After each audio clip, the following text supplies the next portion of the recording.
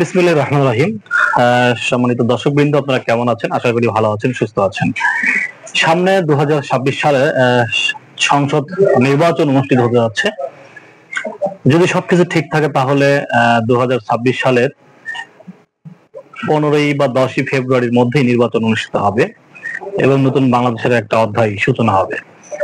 তো আমি এটা নিয়ে একটু গবেষণা করতে চাই যে প্রত্যেকটা কেন্দ্রে যারা আসনে যারা নির্বাচিত হবেন বা নির্বাচন করবেন বলে ভাবছেন,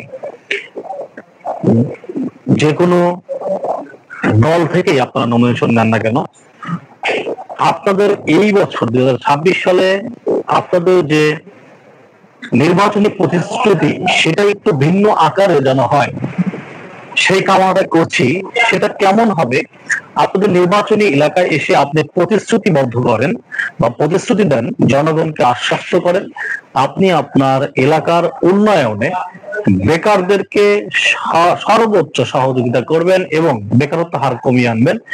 পাশাপাশি আপনার যে উপজেলা, আপনার যে ইউনিয়ন, আপনার যে ওয়ার্ডগুলো থাকবে সেইখানে বিভিন্ন ধরনের কর্মসংস্থান ব্যবস্থা করার চেষ্টা করবে।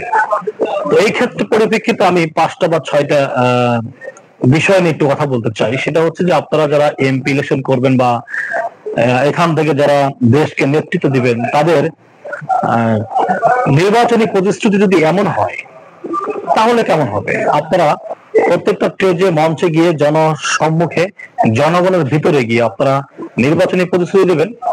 যে প্রথম প্রতিশ্রুতি থাকবে আপনাদের হচ্ছে স্থানীয় শিল্প ও উদ্যোক্তা উন্নয়নের কেন্দ্র গঠন।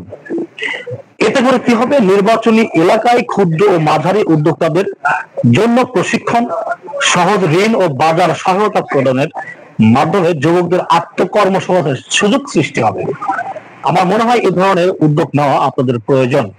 এরপরে আপনারা যেটা প্রতিশ্রুতি দিতে পারেন সেটা হচ্ছে 1 গ্রামে 1 প্রকল্প কর্মসূচি চালু করা। ভালো করে মনে রাখবেন, 1 গ্রামে 1 প্রকল্প কর্মসূচি চালু। প্রতিটি গ্রামে স্থানীয় সম্পদ ও চাহিদা অনুযায়ী ছোট্ট আকারে কর্মসংস্থানমূলক প্রকল্প চালু করা, যেমন হস্তশিল্প, মৎস্য চাষ, কৃষি, প্রক্রিয়াজাতকরণ চালু করা ইত্যাদি। 3 নম্বর যেটা করা দরকার সেটা হচ্ছে যুব দক্ষতা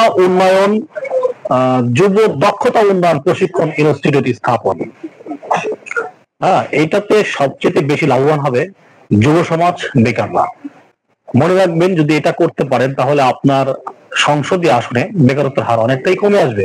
সেটা হচ্ছে যুব দক্ষতা উন্নয়ন প্রশিক্ষণ ইনস্টিটিউট স্থাপন করা, যেমন আইটি, ফ্রিল্যান্সিং, ইলেকট্রনিক্স, গাড়ি মেরামত, সোলার টেকনোলজির উপর প্রশিক্ষণ দিয়ে বেকার যুবকদের কর্মসংস্থানের ব্যবস্থা করে তোলা। 4 নম্বর যে স্লোগান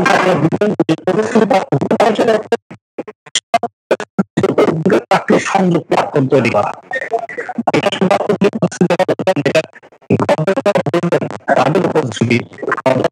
স্থানীয় কোম্পানি, এনজিও, সরকারি দপ্তরের সঙ্গে আপনারা যৌথভাবে উদ্যোগ নিয়ে এই ধরনের কার্যক্রমগুলো চালু করতে পারেন এবং এই নেটওয়ার্ক গুলো তৈরি করতে পারেন। 5 নম্বর হবে নারী ও প্রতিবন্ধীদের জন্য বিশেষ কর্মসংস্থানের সুযোগ করে দেওয়া। এটাও কিন্তু আপনাদের নির্বাচনী প্রতিশ্রুতির একটা অংশ হতে পারে এবং এটা যদি আপনারা করতে পারেন তাহলে আপনাদের সফলতা নিশ্চিতভাবে সামনের দিকে এগিয়ে যাবে। নারীদের ঘরে বসে কাজের সুযোগ, প্রতিবন্ধীদের জন্য উপযোগী কর্ম পরিবেশ তৈরির উদ্যোগ নেওয়াই হবে আপনাদের সবচেয়ে বড় চ্যালেঞ্জ, যাতে কেউ কর্মবাজার থেকে বাদ না পড়ে। প্রতিটি মানুষ যদি কর্মবাজারে ঢুকে পড়ে তাহলে বেকারত্বের হারটা আস্তে আস্তে কমে আসবে।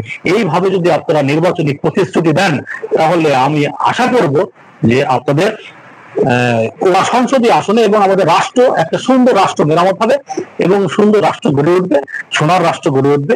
এখানে বেকারের সংখ্যা সবচেয়ে কম থাকবে। ধন্যবাদ সবাইকে।